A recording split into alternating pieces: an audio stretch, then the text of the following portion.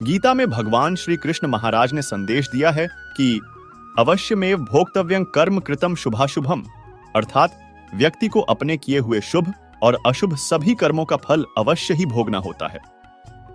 नीति शास्त्रकारों ने मनुष्य के कर्म करने की तुलना किसान के साथ की है।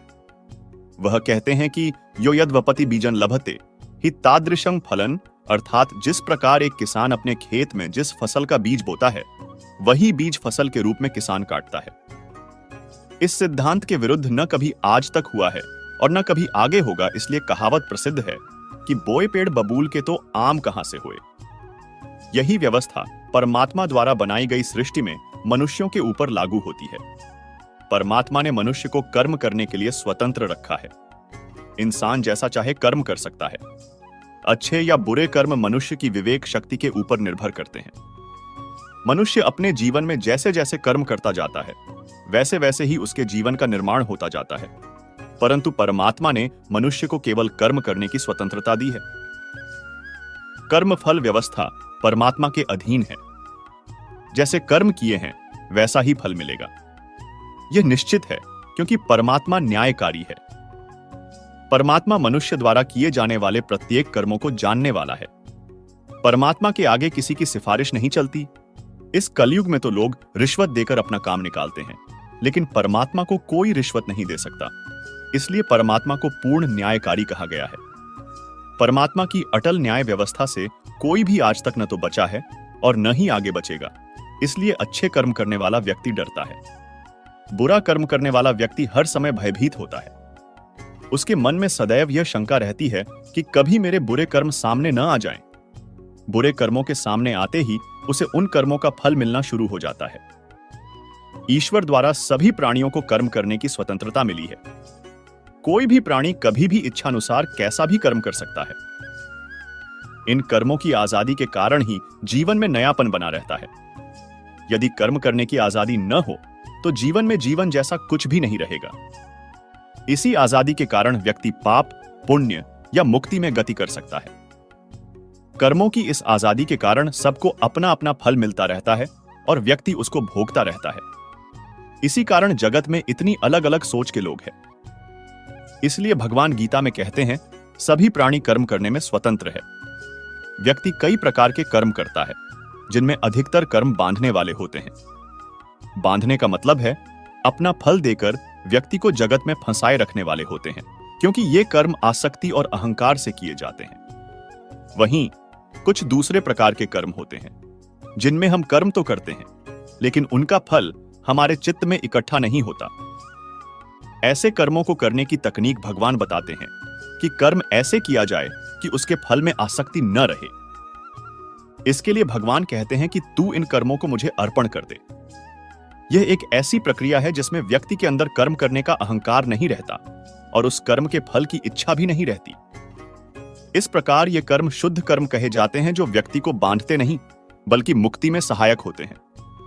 भगवान यदि कह रहे हैं कि कर्मों और कर्म फलों को मुझे अर्पण कर दें, तो इसका मतलब भगवान हमारे कर्मों और फलों की आजादी पर अंकुश नहीं लगा रहे हैं, बल्कि कर्म करने की सही विधि से हमको सिखा रहे हैं, जिससे कर्म भी हो जाए और वह कर्म हमें परेशान भी न करें।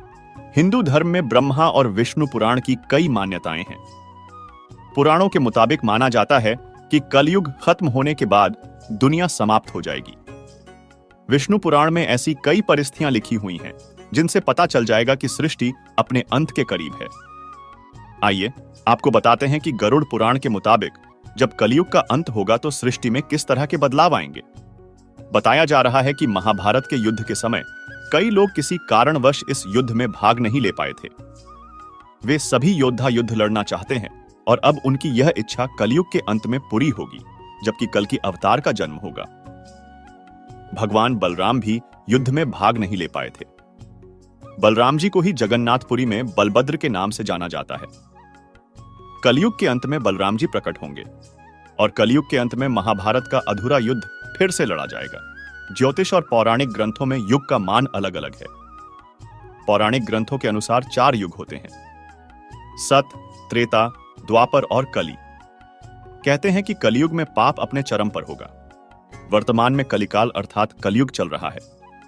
ग्रंथों में इस युग में क्या क्या होगा या घटेगा यह लिखा गया है। यह भी है कि इस युग में जब कहीं भी प्रलय होगा तो सिर्फ हरि कीर्तन ही उसे बचाएगा। हमारे शास्त्रों में कहा गया है कि व्यक्ति जिस प्रकार का व्यवहार समाज के प्रति करता है, उसके प्रति भी वैसा ही व्यवहार करना चाहिए। जो इंसान हमारी संस्कृति, सभ्यता और धर्म का ही नाश करने पर तुला हुआ है, ऐसे दुष्टों का तो वध ही कर देना चाहिए।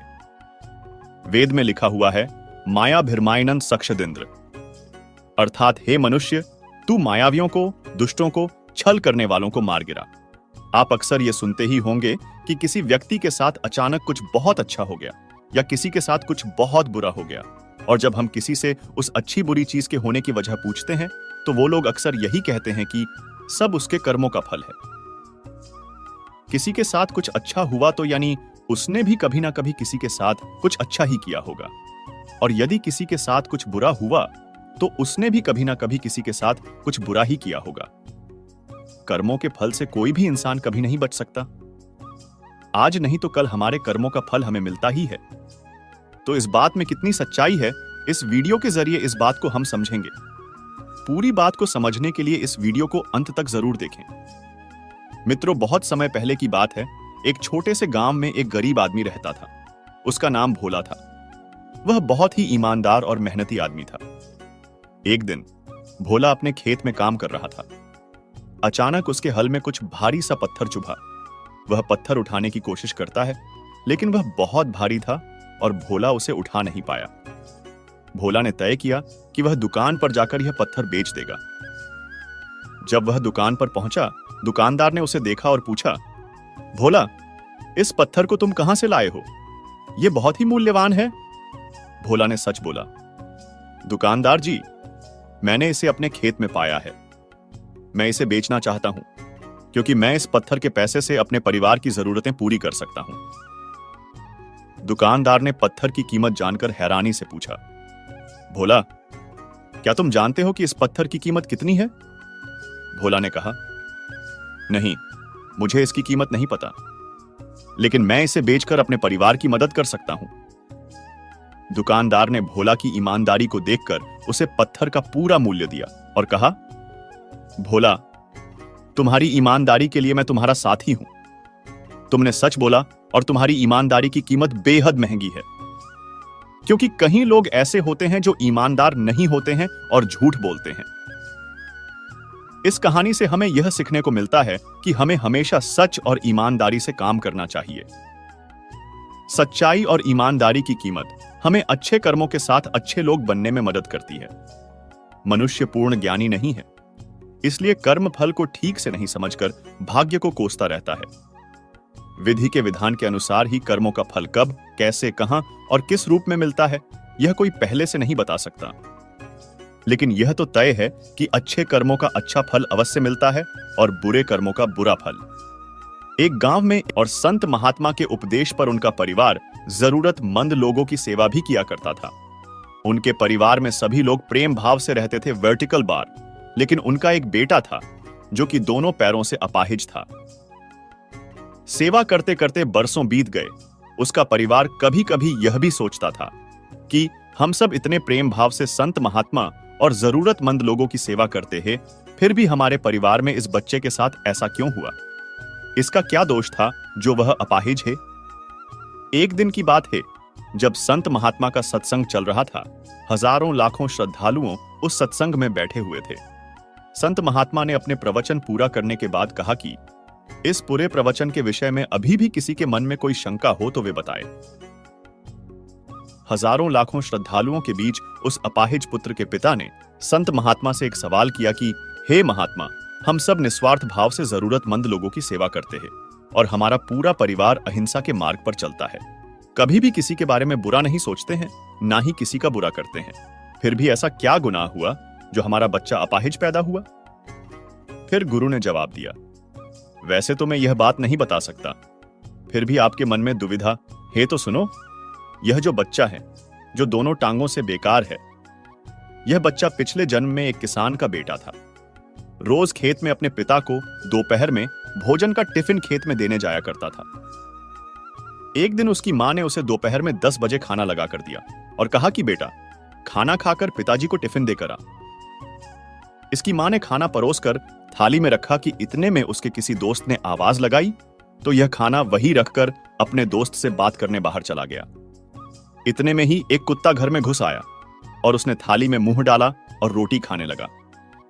बच्चा जैसे ही घर में वापस आया और कुत्ते को थाली में मुंह डालता हुआ देखकर पास ही में एक लोहे का भारी सा डंडा रखा हुआ था।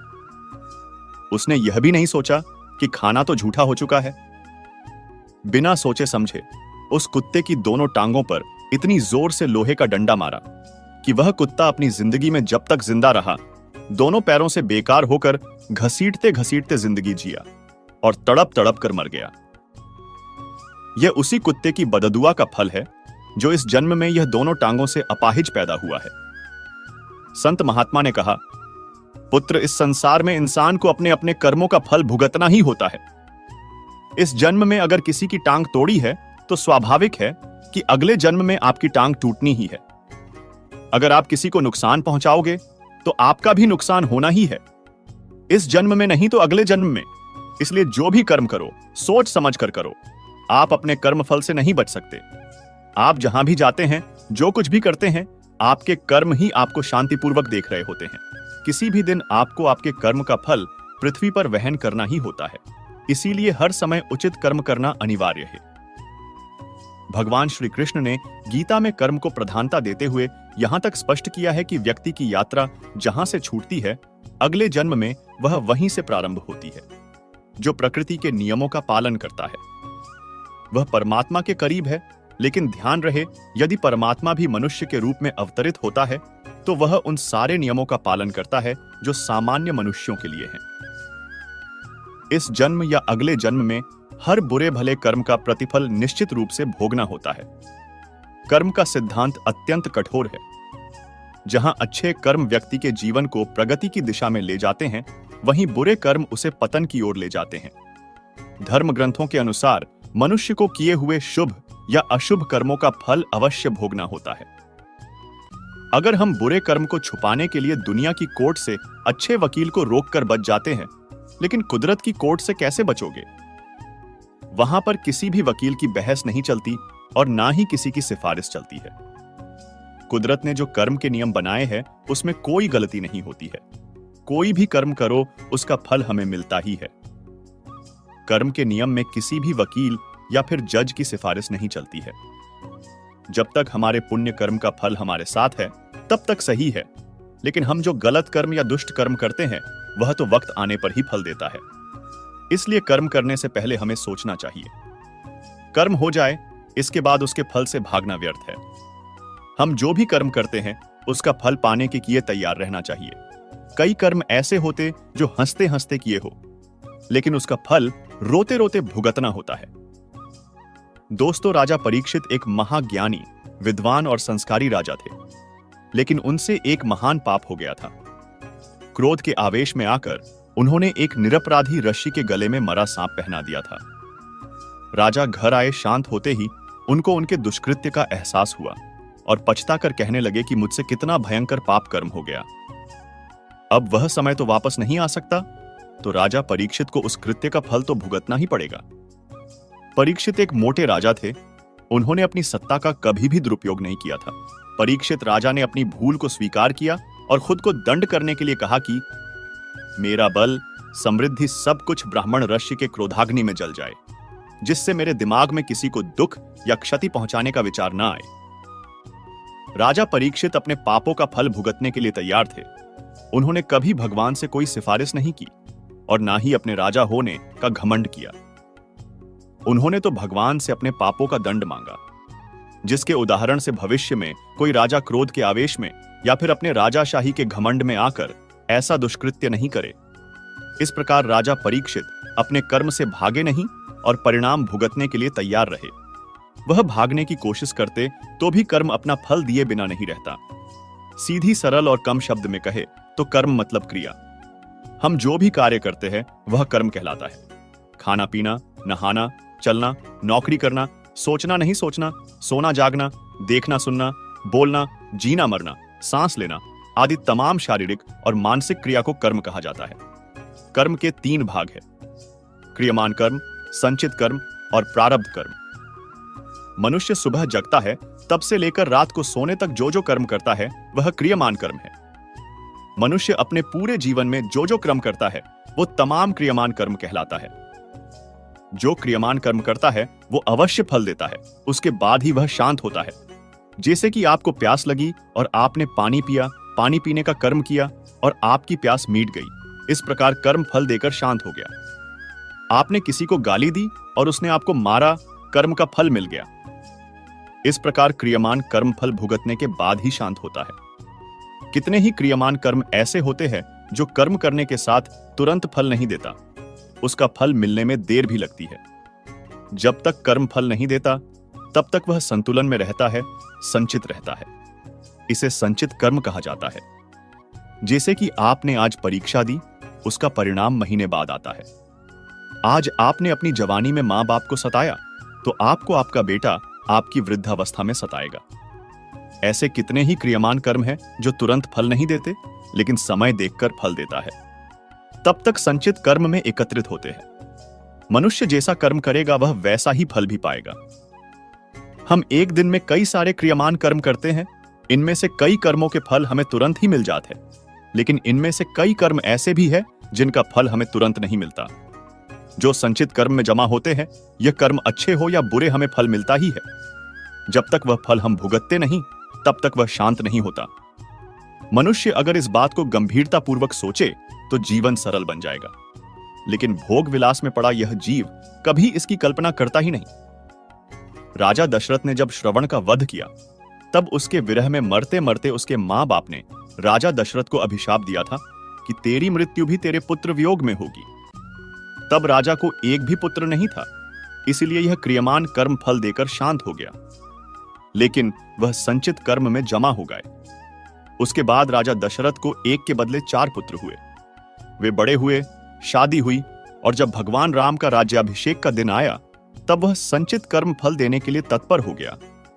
और ऐसे शुभ दिन भी दशरथ राजा को वह फल मिलके ही शांत हुआ। इसमें कोई विलंब नहीं हुआ।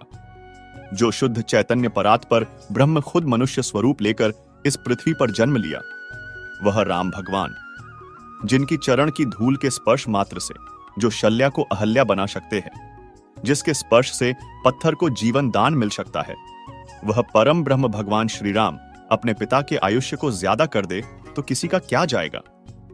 लेकिन नहीं, कर्म के नियम का पालन होना ही चाहिए।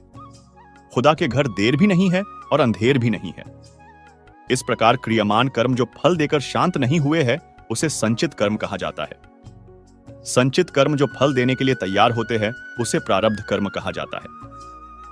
अनादिकाल से पुनर्जन्म के संचित कर्मों जो फल देने के लिए तैयार होते हैं, ऐसे प्रारब्ध कर्मों को भुगतने के अनुरूप शरीर जीव को प्राप्त होता है और पूरे जीवन काल में शरीर को उस प्रकार के प्रारब्ध कर्म भुगतने के बाद ही जीवन समाप्त होता है। जो हमने अच्छे कर्म किए होंगे तो अच्छा ही फल भी मिलेगा। जब तक जीव के संचित कर्मों का फल मिल नहीं जाता, तब तक आत्मा बार बार जन्म और मृत्यु के घेरे में पैदा होता जाएगा। इस प्रकार अनादिकाल से अनेक जन्मों के संचित हुए कर्मों के फल प्रारब्ध रूप से तैयार होते हैं। वैसे वे अलग अलग शरीर धारण करता ही रहता है। जब तक शरीर प्राप्त होता है तब तक उसका मोक्ष नहीं होता है। इसीलिए अनेक योनि में मनुष्य को भटकना होता है। जो नए क्रियमान कर्म करते ही रहते हैं और उनमें से कई कर्म संचित होते हैं जो समय देख के प्रारब्ध रूप से फल देने के लिए तैयार होते हैं। तो दोस्तों, ज्यादा लंबी नहीं है जिंदगी, इसे ऐसे ही खराब ना करें। हमेशा अच्छे कर्म करें ताकि आपके जाने के बाद भी आपकी यादें लोगों के दिलों में बनी रहे। और अच्छा कर्म करने से हमारा मन भी संतुष्ट रहता है। महर्षि व्यास का कथन है कि जो मनुष्य जिसके साथ जैसा व्यवहार करे उसके प्रति वैसा ही व्यवहार करना चाहिए, यह धर्म है। ठगी से व्यवहार करने वाले के साथ ठगी का व्यवहार करना चाहिए और भला करने वाले के साथ भलाई का व्यवहार करना चाहिए।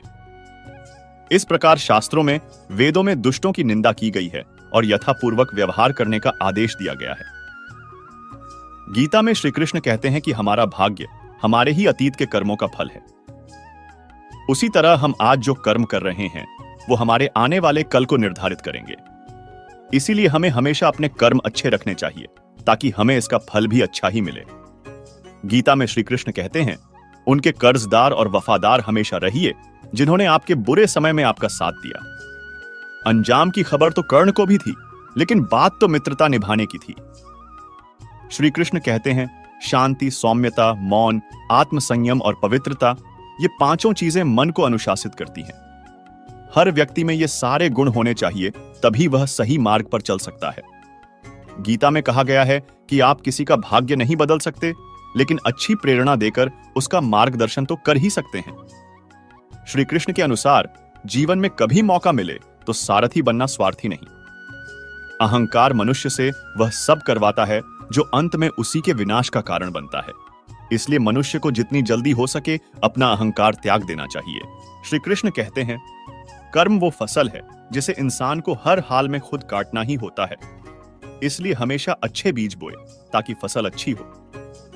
गीता जी कर्मवाद को महत्व देती है, लेकिन वो यह संदेश देना चाहती है कि कर्म के हानि लाभ में उलझने के बाद मनुष्य के कर्म की गति धीमी हो जाती है और वो धीरे धीरे लक्ष्य को अपने से दूर कर देती है। इसीलिए कर्म की गति अनवरत चलती रहे, मंद नहीं पर है। इसीलिए ही भगवान कृष्ण ने अर्जुन को यह महान संदेश दिया था कि आप चिंता किए युद्ध करते रहो। कौन हारेगा, कौन जीतेगा, यह सब काल परिस्थिति के आधार पर अपने आप तय हो जाएगा। यही बात हमारे जीवन में भी पूर्ण रूप से लागू होती है। अगर हम सब सभी चीजों का फायदा नुकसान देखकर उस कर्म को करना ही बंद कर दे तो अंत में क्या होगा? हम सबको पता है, कोई भी प्राणी और वस्तु इस संसार में अजर अमर और स्थायी नहीं है। ये सब जानते हुए भी हम सब कर्म क्यों करते हैं? क्योंकि इस संसार की व्यवस्था सुचारू रूप से और बिना बाधा के अराजकता की स्थिति में आए बिना सुचारू रूप से चलती रहे। हमारे मां बाप ने हमारे को पैदा किया, और अगर वो यह बात सोचने लग जाते कि पता नहीं ये वृद्धावस्था में हमारा सहारा बनेगा या नहीं, तो हो सकता था वो हमें धरती पे लाने का इरादा भी त्याग सकते थे। लेकिन उन्होंने अपना कर्म किया और फल ईश्वर के हाथ में दे दिया। तभी हम धरती पे आ पाए, और ईश्वर चाहेगा तो हम उनकी अच्छी सेवा भी कर पाएंगे। गीता के अनुसार पुनर्जन्म भी होता है। हम भूल जाते हैं, हम किसी भी योनि में जा सकते हैं जो भोग योनियां हैं। उनमें परेशान होने पर आत्महत्या तक का अधिकार नहीं होता है। एक बैल कितना भी परेशान हो जाए, वह अपनी मर्जी से मर भी नहीं सकता। जो भी किया है भोगना ही होगा। किसी ने बहुत अद्भुत बात कही है कि अगर आंखें सचमुच हमेशा के लिए बंद होने से पहले खुल जाएं, तो जिंदगी सुधर जाती है। दोस्तों, अगर हम कुछ कर्म ही नहीं करते तो हमारा जीवन ही व्यर्थ है, और हम मेहनत से काम करेंगे तो उसका फल जरूर मिलेगा।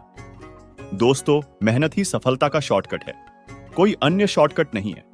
तुम्हें मेहनत करनी होगी, मेहनत करनी ही होगी। आपको ईमानदारी से प्रयास करने होंगे। अगर आप कहते हैं कि परिणाम अच्छा नहीं आया, तो आपको खुद से पूछना होगा कि क्या हमारे प्रयासों में कोई कमी है।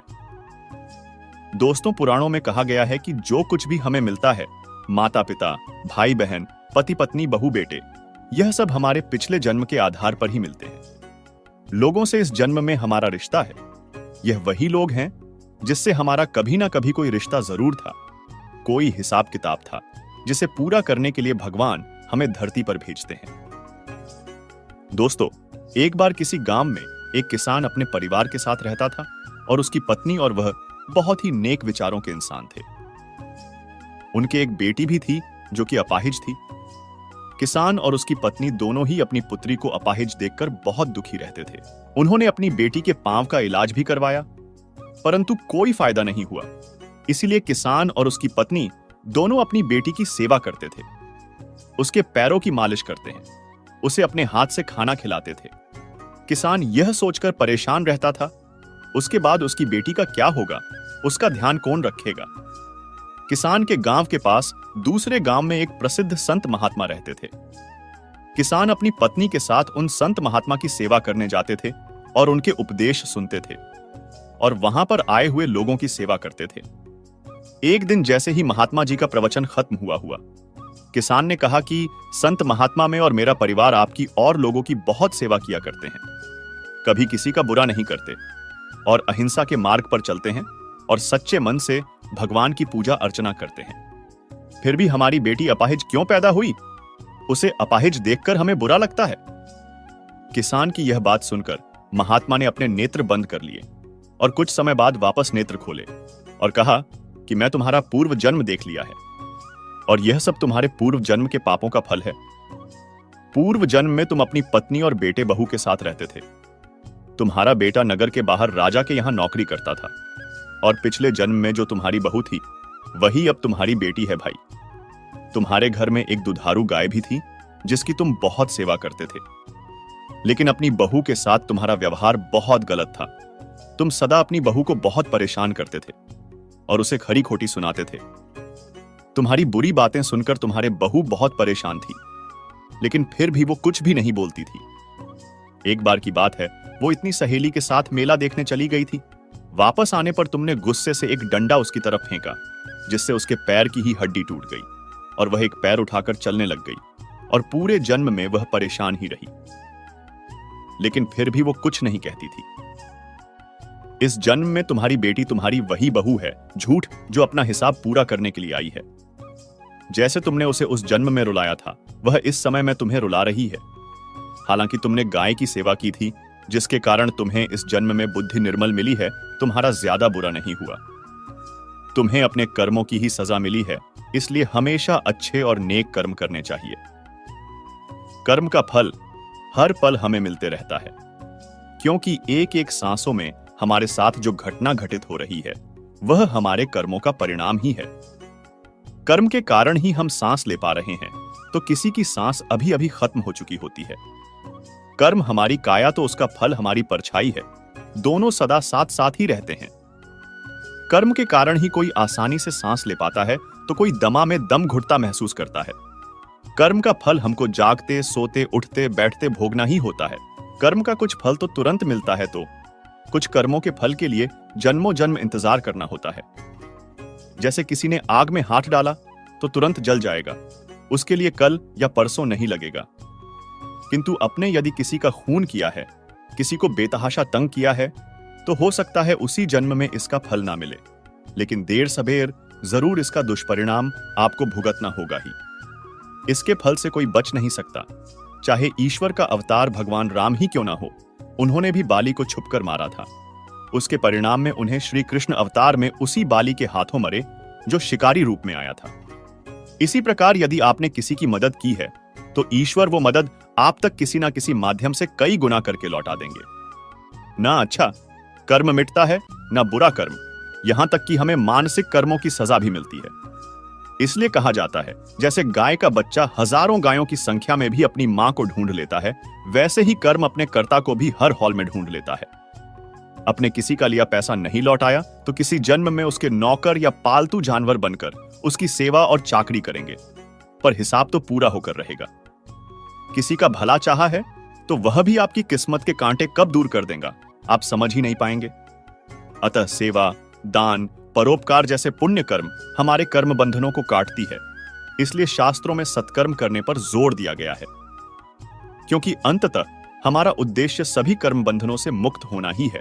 और जब हम कर्म का सिद्धांत समझेंगे, तभी इस चक्रव्यूह से बाहर आ पाएंगे।